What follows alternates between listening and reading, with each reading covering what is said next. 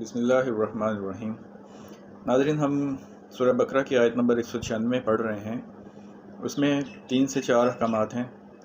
قربانی کے بارے میں حکم جو ہے وہ ہم کل پڑھ چکے ہیں۔ اب ہم اس سے اگلا حکم یعنی دوسرا حکم پڑھ رہے ہیں۔ بسم اللہ الرحمن الرحیم۔ وَلَا تَهْلِكُوا رُؤُوسَكُمْ حَتَّى يَبْلُغَ الْهَدْيُ مُحِلَّهُ، اور تم اپنے سروں کو نہ منڈواؤ یہاں تک کہ ہدیہ یعنی قربانی اپنی قربان گاہ تک پہنچ جائے۔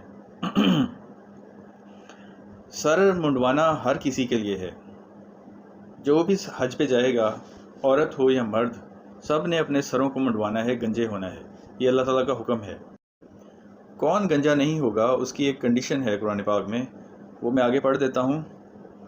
فَمَنْ كَانَ مِنْكُمْ مَرِيضًا أَوْ بِهِ أَذًى مِنْ رَأْسِهِ، بس جو کوئی تم میں سے مریض ہو یا اس کو درد ہو سر میں کوئی بیماری ہو اس کے، جس کی وجہ سے وہ سر کو نہ منڈوا سکتا ہو، یعنی وہ گنجا نہیں ہو سکتا، اس کے سر میں کوئی بیماری ہے، کوئی درد ہے، کوئی اذیت ہے جس کی وجہ سے وہ گنجا نہیں ہو سکتا، تو اس کے لیے اللہ تعالیٰ کا حکم ہے فَفِدْيَةٌ، بس اسے چاہیے کہ وہ فدیہ دے، من صیام، روزوں سے، او صدقات، یا صدقہ کرے، او نسک، یا قربانی کرے۔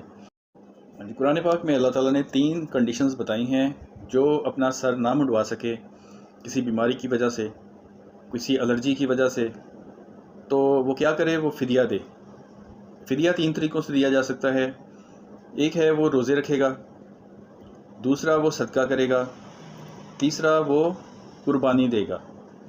تو تینوں میں سے کوئی ایک کام کر لے گا تو اس کا فدیہ ہو جائے گا۔ تو یہ صرف کنڈیشن اس کے لیے ہے جس کے سر میں کوئی بیماری ہو اور وہ سر نہ منڈوا سکتا ہو۔ باقی جو بھی مرد اور عورت حج کے لیے جائے گا اس کے لیے سر منڈوانا، گنجا ہونا بہت ضروری ہے۔ یہ اللہ تعالیٰ کا حکم ہے۔ جزاک اللہ۔